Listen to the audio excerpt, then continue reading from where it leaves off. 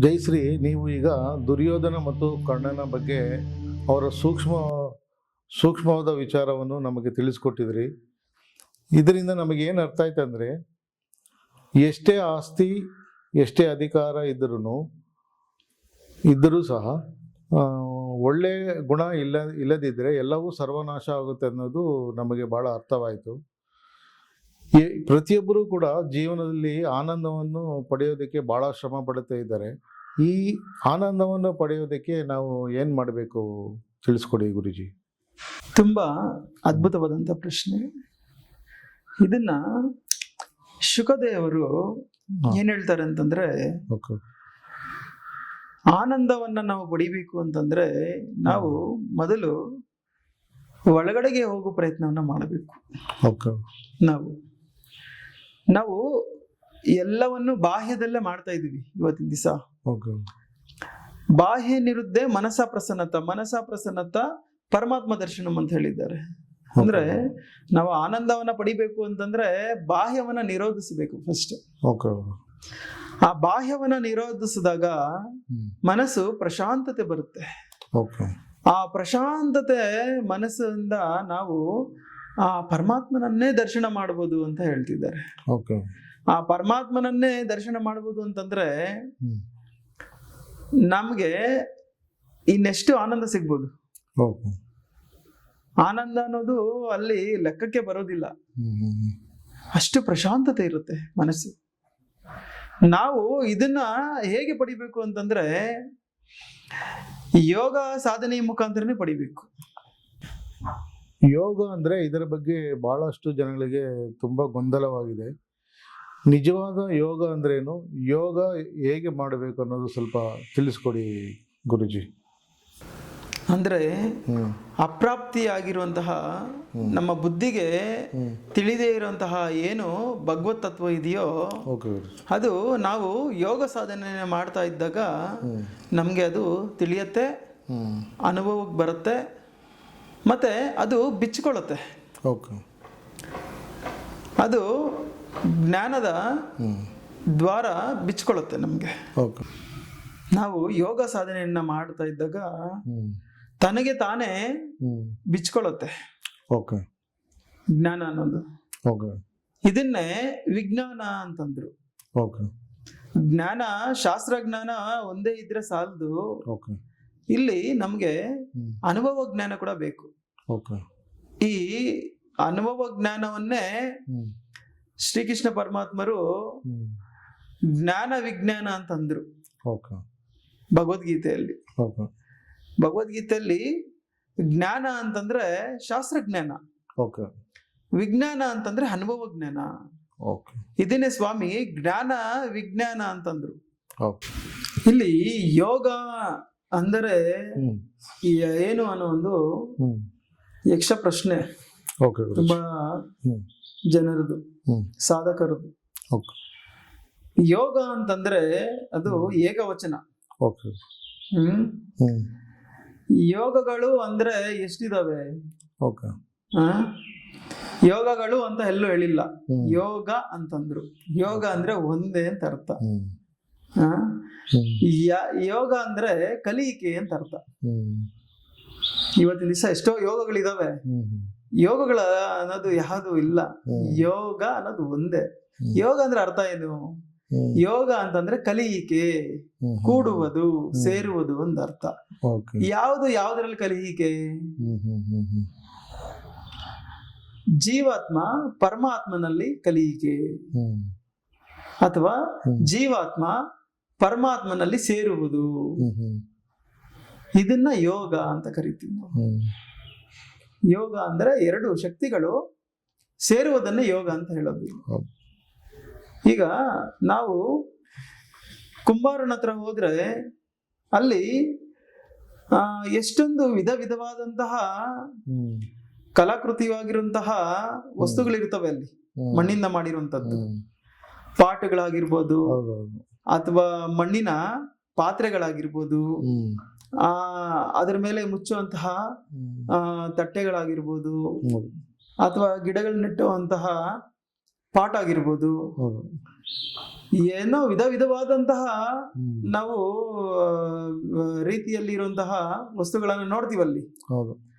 ಆದ್ರೆ ಆ ವಸ್ತುಗಳನ್ನ ನೋಡ್ತೀವಿ, ಆದ್ರೆ ಅದಕ್ಕೆ ಸಾಮಾನ್ಯವಾಗಿರುವಂತಹ ಮಣ್ಣನ್ನ ನಾವು ಮರೆತು ಬಿಡ್ತೀವಿ. ಅದಕ್ಕೆ ಹೆಸರಿಡ್ತಾ ಇದೀವಿ ಅಷ್ಟೇ ನಾವು. ಇದು ಪಾಟು, ಇದು ಪಾತ್ರೆ, ಇದು ವಾಸ್, ಬೇರೆ ಬೇರೆ ಹೆಸರುಗಳನ್ನ ಇಡ್ತಾ ಇದೀವಿ ಅಷ್ಟೇ. ಬಿಟ್ರೆ ಅದಕ್ಕೆಲ್ಲ ಕಾಮನ್ ಆಗಿರುವಂತಹ ಮಣ್ಣನ್ನ ನಾವು ಮರೆತು ಬಿಡ್ತಾ ಇದೀವಿ. ಅದೇ ರೀತಿ ಇಲ್ಲಿ ನಾವು ಇಷ್ಟೊಂದು ಬೇರೆ ಬೇರೆ ಜೀವರಾಶಿಗಳನ್ನ ನೋಡ್ತಾ ಇದೀವಿ. ಬಿಟ್ರೆ ಆ ಎಲ್ಲ ಜೀವರಾಶಿಗಳಿಗೂ ಸಾಮಾನ್ಯವಾಗಿರುವಂತಹದ್ದು, ಕಾಮನ್ ಆಗಿರುವಂತದ್ದು ಒಂದು ಚೈತನ್ಯ ಶಕ್ತಿ ಅನ್ನೋದು ಮರ್ತೋಗ್ತಾ ಇದ್ದೀವಿ. ಆ ಚೈತನ್ಯ ಶಕ್ತಿನೇ ಆತ್ಮ ಅನ್ನೋದು ನಾವು ಆತ್ಮ ದೃಷ್ಟಿಯಲ್ಲಿ ನೋಡ್ತಿಲ್ಲ. ನಾವೆಲ್ಲ ದೇಹ ದೃಷ್ಟಿಯಲ್ಲಿ ನೋಡ್ತಾ ಇದ್ದೀವಿ, ಆತ್ಮ ದೃಷ್ಟಿಯಲ್ಲಿ ನೋಡ್ತಿಲ್ಲ. ಯಾವಾಗ ನಾವು ಆತ್ಮ ದೃಷ್ಟಿಯಲ್ಲಿ ನೋಡ್ತೀವೋ ಆವಾಗ ಭಗವತ್ ತತ್ವ ಏನು ಅನ್ನೋದು ಅರ್ಥ ಆಗುತ್ತೆ. ಸುಮಾರು ಜನ ಪ್ರಶ್ನೆ ಮಾಡಿದ್ರು, ಆತ್ಮ ಅನ್ನೋದು ಏನು, ಹೇಗೆ, ಅದು ಕಾಣಿಸತ್ತಾ ಅಂತ. ಆತ್ಮ ಅನ್ನೋದು ಕಾಣಿಸೋದಲ್ಲ, ಅದು ಅನುಭವಕ್ಕೆ ಬರುವಂಥದ್ದು. ನಾವು ನಮ್ಮಂತೆಯೇ ಇತರ ಜೀವರಾಶಿಗಳನ್ನು ನಾವು ಪ್ರೀತಿಸಿದ್ದಾಗ, ಅದನ್ನ ಆತ್ಮದೃಷ್ಟಿಯಲ್ಲಿ ನೋಡಿದಾಗ ಅನುಭವ ಬರುತ್ತೆ ನಮಗೆ. ಆ ಏಕತ್ವ ಅನ್ನೋದು ಬರುತ್ತೆ. ಆ ಏಕತ್ವ ಅನುಭವ ಆಯ್ತು ಅಂತಂದ್ರೆ ಆಗ ನಮ್ಗೆ ಆತ್ಮಸ್ಥಿತಿ ಏನು ಅನ್ನೋದು ಅರ್ಥ ಆಗುತ್ತೆ. ಅದೇ ರೀತಿ ನಾವು ಈ ದೇಹವನ್ನ ನೋಡ್ತಾ ಇದ್ದೀವಿ ಅಷ್ಟೇ. ಬಿಟ್ರೆ ಈ ದೇಹದಲ್ಲಿ ಯಾವುದೋ ಒಂದು ಅತೀತವಾಗಿರುವಂತಹ ಶಕ್ತಿ ಇದೆ ಅನ್ನೋಂತಹ ಜ್ಞಾನವನ್ನ ತಿಳ್ಕೊಳ್ಳುವಂತ ಪ್ರಯತ್ನ ಮಾಡ್ತಾ ಇಲ್ಲ. ಯಾಕಂತಂದ್ರೆ ಈ 84 ಲಕ್ಷ ಜೀವರಾಶಿಗಳಲ್ಲಿ ಈ ಜ್ಞಾನ ತಿಳಿಯುವಂತಹ ಅದೃಷ್ಟ ಇರೋದು ಮಾನವನಿಗೆ ಮಾತ್ರ. ಇತರ ಪ್ರಾಣಿಗಳಿಗೂ ನಮಗೂ ಎಲ್ಲ ಸರಿಸಮಾನವಾಗಿ ಇದೆ. ಆದ್ರೆ ಮಾನವನಿಗೆ ಮಾತ್ರ ವಿಜ್ಞಾನಮಯ ಕೋಶ ಅನ್ನೋದು ಕೊಟ್ಟಿದ್ದಾನೆ. ಇತರ ಪ್ರಾಣಿಗಳಿಗೆ ವಿಜ್ಞಾನಮಯ ಕೋಶ ಇಲ್ಲ. ಹಾಗಾಗಿ ಈ ಜ್ಞಾನ ಅನ್ನೋದು ಮಾನವನಿಗೆ ಮಾತ್ರ ಇದೆ, ಇತರ ಜೀವರಾಶಿಗಳಿಗೆ ಆ ಜ್ಞಾನ ಅನ್ನೋದು ಇಲ್ಲ. ಹಾಗಾದ್ರೆ ಜಯಶ್ರೀ, ಈ ಸೃಷ್ಟಿಯಲ್ಲಿ ಮಾನವನಿಗೆ ಮಾತ್ರ ವಿಚಕ್ಷಣ ಜ್ಞಾನ ಇದೆ ಅಂತ ಹೇಳಿದ್ರಿ ತಾವು. ಇತರ ಜೀವರಾಶಿಗಳಿಗೆ ಈ ಅದೃಷ್ಟ ಇಲ್ಲ ಅನ್ನೋದು ತಾವು ಹೇಳಿದ್ರಿ. ಹಾಗಾದ್ರೆ ಈ ಇತರ ಜೀವರಾಶಿಗಳಿಗೂ ಮಾನವನಿಗೂ ಇರುವ ವ್ಯತ್ಯಾಸವಾದ್ರೂ ಏನು ತಿಳಿಸಿಕೊಡಿ ಜಯಶ್ರೀ. ಆಹಾರ, ನಿದ್ರೆ, ಭಯ, ಮೈದುನ ಕ್ರಿಯೆ, ಸಂತಾನೋತ್ಪತ್ತಿ, ಅದರ ಲಾಲನೆ ಪಾಲನೆಗಳು ಸರಿಸಮಾನವಾಗಿದೆ ಇತರ ಜೀವರಾಶಿಗಳಿಗೂ ನಮಗೂ. ಆದ್ರೆ ಜ್ಞಾನಂ ನರನ ಮೇದಿಕೋ ವಿಶೇಷ ಅಂತ ಹೇಳಿದ್ದಾರೆ ಸ್ವಾಮಿ ಉತ್ತರ ಗೀತೆಯಲ್ಲಿ. ಜ್ಞಾನ ಅನ್ನೋದು ವಿಶೇಷವಾಗಿದೆಯಂತೆ ಮಾನವನಿಗೆ. ಆ ಜ್ಞಾನ ಏನು ಅಂತ ತಿಳ್ಕೊಂಡಿಲ್ಲ ಅಂತಂದ್ರೆ ಜ್ಞಾನ ವಿಹೀನ ಪಶುಭಿ ಸಮಾನಃ ಅಂತಂದ್ರು. ಅಂದ್ರೆ ಆ ಜ್ಞಾನವನ್ನು ನಾವು ತಿಳಿಯೋ ಪ್ರಯತ್ನ ಮಾಡಿಲ್ಲ ಅಂದ್ರೆ ನಾವು ಪಶುಗಳ ಸಮಾನ ಅಂತ ಅರ್ಥ. ನಮ್ಗೆ ಪಂಚಕೋಶಗಳಲ್ಲಿ ವಿಜ್ಞಾನಮಯ ಕೋಶ ಅನ್ನೋದು ಎಕ್ಸ್ಟ್ರಾ ಇದೆ ನಮ್ಗೆ. ಆದ್ರೆ ಬೇರೆ ಜೀವರಾಶಿಗಳಿಗೆ ಯಾವುದಕ್ಕೂ ವಿಜ್ಞಾನಮಯ ಕೋಶ ಅನ್ನೋದಿಲ್ಲ, ಬರೀ ಮಾನವನಿಗೆ ಮಾತ್ರ ಇದೆ. ಆ ವಿಜ್ಞಾನಮಯ ಕೋಶ ಕೊಟ್ಟಿರೋದು ಏನಕ್ಕೆ ಅಂತಂದ್ರೆ ನಾವು ಈ ಜ್ಞಾನವನ್ನ ತಿಳಿಬೇಕು ಅಂತ ಒಂದು ಅಪ್ಡೇಟ್ ಅನ್ನ ನಮಗೆ ಕೊಟ್ಟಿದ್ದಾರೆ ಸ್ವಾಮಿ. ಆ ಅಪ್ಡೇಟ್ ಅನ್ನ ನಾವು ಯೂಸ್ ಮಾಡ್ಕೊಂಡಿಲ್ಲ ಅಂತಂದ್ರೆ ಇಲ್ಲಿ ಮೋಸ ಹೋಗೋದು ನಾವೇ, ಇನ್ಯಾರು ಅಲ್ಲ. ಹಾಗಾಗಿ ಆ ಜ್ಞಾನವನ್ನು ತಿಳಿಯುವಂತ ಪ್ರಯತ್ನವನ್ನ ಮಾಡಬೇಕು. ಸ್ವಾಮಿ ಉತ್ತರ ಗೀತೆಯಲ್ಲಿ ಹೇಳಿರೋದು ಜ್ಞಾನವಿಹೀನ ಪಶುಭಿ ಸಮಾನಃ ಅಂತ. ಅಂದ್ರೆ ಜ್ಞಾನ ಇಲ್ಲ ಅಂತಂದ್ರೆ ಅದು 4 ಕಾಲು ಪ್ರಾಣಿ, ಇದು 2 ಕಾಲು ಪ್ರಾಣಿ ಅಷ್ಟೇ, ಏನು ವ್ಯತ್ಯಾಸ ಇಲ್ಲ ಅಂತಾನೆ ಹೇಳ್ತಿದ್ದಾರೆ ಅವರು. ಜ್ಞಾನವಿಹೀನ ದ್ವಿಪಾನ ಪಶು, ಅದು ಇದು 2 ಕಾಲು ಪ್ರಾಣಿ ಅಂತೆ, ಅದು 4 ಕಾಲು ಪ್ರಾಣಿ ಅಷ್ಟೇ. ಇಷ್ಟು ಟೆಕ್ನಾಲಜಿಯನ್ನು ಕೊಟ್ಟು ನಮಗೆ ಒಂದು ಕೋಶ ಎಕ್ಸ್ಟ್ರಾ ಕೊಟ್ಟಿದ್ದಾರೆ ಸೃಷ್ಟಿಯಲ್ಲಿ, ವಿಜ್ಞಾನಮಯ ಕೋಶ ಅಂತ. ಆ ವಿಜ್ಞಾನಮಯ ಕೋಶ ನಾವು ಬಳಸ್ಕೊಂಡಿಲ್ಲ ಅಂತಂದರೆ, ಅದನ್ನು ಉಪಯೋಗಿಸ್ಕೊಳೋ ಪ್ರಯತ್ನ ಮಾಡಿಲ್ಲ ಅಂತಂದರೆ ನಾವು ಕೂಡ ಪಶುಗಳ ಸಮಾನ ಅಂತಲೇ ಹೇಳ್ತಿದ್ದಾರೆ.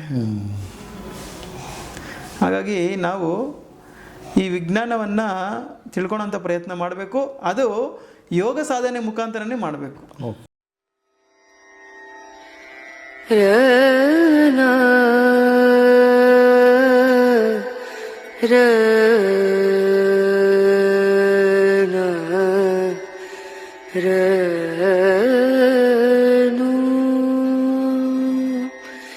Re